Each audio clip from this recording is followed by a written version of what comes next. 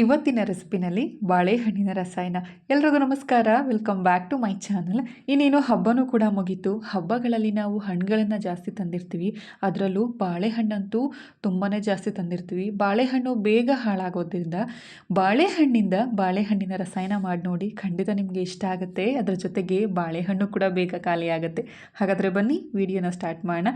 ಇಲ್ಲಿ ಒಂದು ಬೌಲ್ಗೆ 2 ಕಪ್ ಆಗುವಷ್ಟು ಬಾಳೆಹಣ್ಣನ್ನು ತಗೊಂಡಿದ್ದೀನಿ. ಈ ರೀತಿ ಚಿಕ್ಕದಾಗಿ ಕಟ್ ಮಾಡಿಕೊಂಡು ಸೇರಿಸಿದ್ದೀನಿ. ನೀವು ಬೇಕಿದ್ರೆ ರೌಂಡಾಗಿನೂ ಕೂಡ ಕಟ್ ಮಾಡಿಕೊಂಡು ಹಾಕ್ಕೊಳ್ಬಹುದು. ಇದಕ್ಕೆ 2ರಿಂದ 3 ಸ್ಪೂನಷ್ಟು ತುಪ್ಪನ ಸೇರಿಸ್ಕೊಂಡಿದ್ದೀನಿ. ಹಾಗೆ ಸಿಹಿಗೋಸ್ಕರ ಸಕ್ಕರೆನ ಬಳಸ್ತಿದ್ದೀನಿ. ನಿಮಗೆ ಸಕ್ಕರೆ ಬೇಡ ಅಂತ ಅಂದರೆ ನೀವು ಬೆಲ್ಲದ ಪುಡಿನೂ ಕೂಡ ಹಾಕ್ಕೊಳ್ಬಹುದು.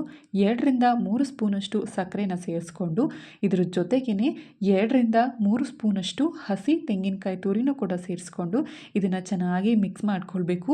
ಕಡಿಮೆ ಸಮಯದಲ್ಲಿ ಕಡಿಮೆ ಪದಾರ್ಥಗಳಿಂದ ಬೇಗ ಬಹಳ ಸುಲಭವಾಗಿ ಈ ರಸಾಯನ ಮಾಡ್ಕೊಳ್ಬಹುದು. ಏನಿಲ್ಲ ಅಂದರೂ ಬಾಳೆಹಣ್ಣನ್ನು ಕಟ್ ಮಾಡಿ ಇಟ್ಕೊಂಡ್ರೆ 2ರಿಂದ 3 ನಿಮಿಷಗಳಲ್ಲಿ ಈ ರಸಾಯನ ಮಾಡಬಹುದು. ತೆಂಗಿನಕಾಯಿ ತುರಿ ಹಾಕಿದ ಮೇಲೆ ಇದನ್ನು ಚೆನ್ನಾಗಿ ಮಿಕ್ಸ್ ಮಾಡ್ಕೊಳ್ಬೇಕು. ಮಕ್ಕಳಿಗೆ ಮಾಡಿಕೊಡಿ. ಆ ಬಾಳೆಹಣ್ಣನ್ನು ಹಾಗೆ ತಿನ್ನಲ್ಲ ಅನ್ನೋರಾದರೆ ಈ ರೀತಿ ಸ್ವಲ್ಪ ತುಪ್ಪ, ಸಕ್ಕರೆ, ಕಾಯಿ ತುರಿ ಹಾಕೊಟ್ಟು ಮಾಡಿಕೊಟ್ರೆ ಅವರಿಗೂ ಕೂಡ ತುಂಬಾ ಖುಷಿ ಆಗುತ್ತೆ. ನಮಗೂ ಕೂಡ ತಿನ್ನೋದಕ್ಕೆ ಇಷ್ಟ ಆಗುತ್ತೆ. ಇದನ್ನು ಒಮ್ಮೆ ಈ ರೀತಿ ಚೆನ್ನಾಗಿ ಮಿಕ್ಸ್ ಮಾಡಿಕೊಂಡು ಒಂದು 2ರಿಂದ 3 ನಿಮಿಷ ಲಿಡ್ನ ಕ್ಲೋಸ್ ಮಾಡಿ ಹಾಗೆ ಬಿಡಬೇಕು. ಯಾಕೆಂದರೆ ತುಪ್ಪ, ಸಕ್ಕರೆ ಎಲ್ಲ ಸ್ವಲ್ಪ ಕರಗಬೇಕು, ಹಾಗೆ ಬಾಳೆಹಣ್ಣಿಗೆ ಹೊಂದ್ಕೊಳ್ಬೇಕು. ಅದಕ್ಕೋಸ್ಕರ ಒಂದು 2ರಿಂದ 3 ನಿಮಿಷಗಳ ನಂತರ ಇದನ್ನು ಸರ್ವಿಂಗ್ ಬೌಲ್ಗೆ ಸರ್ವ್ ಮಾಡಿಕೊಂಡ್ರೆ ರುಚಿಯಾಗಿರುವಂತಹ ಕಡಿಮೆ ಸಮಯದಲ್ಲಿ ಮಾಡಬಹುದಾದಂತಹ ಬಾಳೆಹಣ್ಣಿನ ರಸಾಯನ ರೆಡಿಯಾಗಿರುತ್ತೆ. ಈ ವಿಡಿಯೋ ಇಷ್ಟ ಆಗಿದ್ದರೆ ಲೈಕ್ ಮಾಡಿ, ಶೇರ್ ಮಾಡಿ, ತಪ್ಪದೇ ನನ್ನ ಚಾನಲ್ನ ಸಬ್ಸ್ಕ್ರೈಬ್ ಮಾಡಿ.